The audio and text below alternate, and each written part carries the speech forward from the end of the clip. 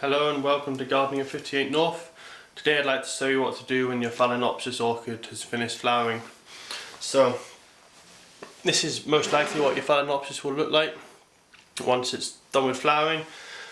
You'll buy it from the shop. It'll probably have lots of nice flowers on it, and as the summer goes on it will slowly drop the flowers and you'll be left with none. But what you'll have left is just a big stalk like this, completely empty with no flowers on it.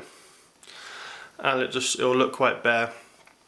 It probably will do this in autumn time most likely, but because you can buy them in flower anytime, it's not really time of year specific. But this is what it will look like.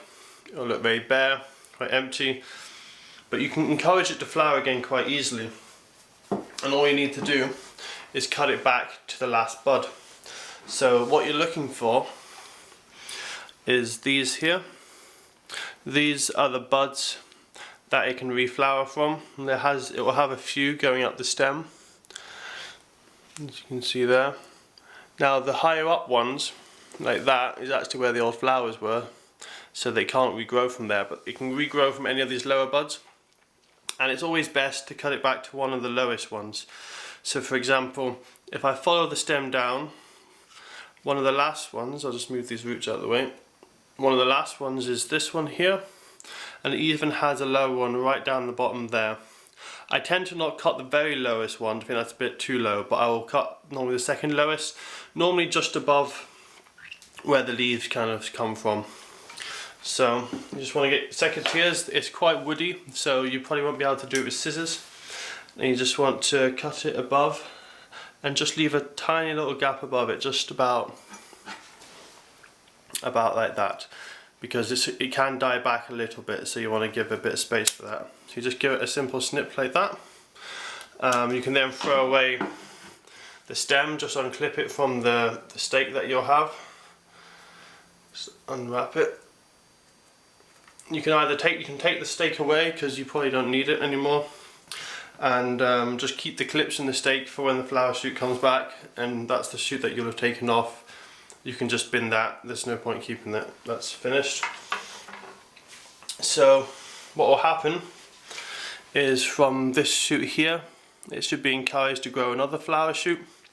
If it's in the height of summer and it's really warm, it might not flower, it might have to wait until a cooler period, because in the wild these flower in the drier winter months when it's cooler. And so if it's in the middle of the summer and it's regularly above 20 degrees, or even above 25 degrees, it will be growing lots of leaves, and it will look more like this here. It might have fresh leaves coming out from the middle. If that's happening, don't worry. If it doesn't flower straight away, it will eventually, but it's just going through a growth phase. If it doesn't have that, or if it has these small leaves but they're not actively growing, then it probably will flower again in about a month or two. The actual growth of the flower stem is quite slow, so you've got to be patient. But I'll show you an example here of one that I've done before. This originally had two flower stalks, one's completely died, but this one's still going. And what's happened is I cut it back to here, and then it grew up to there, and then it continued up to about this high with lots of nice flowers on it. I then cut that back to the next bud, which was here, and that grew again and had lots of flowers. Well, about 5 or 6 flowers, not a huge amount, but still a nice amount. And now this one's really getting too old, so I'm just waiting for this to die naturally, and I'll cut that back completely. But you can see you can do it about once or twice, and that will just keep it flowering.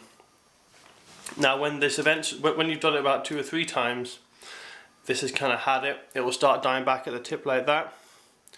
You can just naturally let it die back to the bottom, but at the same time you should start to see a new shoot coming up from the base. Originally when it first comes, there'll just be a little green nub in between some of the leaves. It's normally the leaves above where the last flower stalk was, so you can see in this one that's the last flower stalk down there, that dark green section, and the leaf above it, between that you can see that that's where the new shoot's coming from.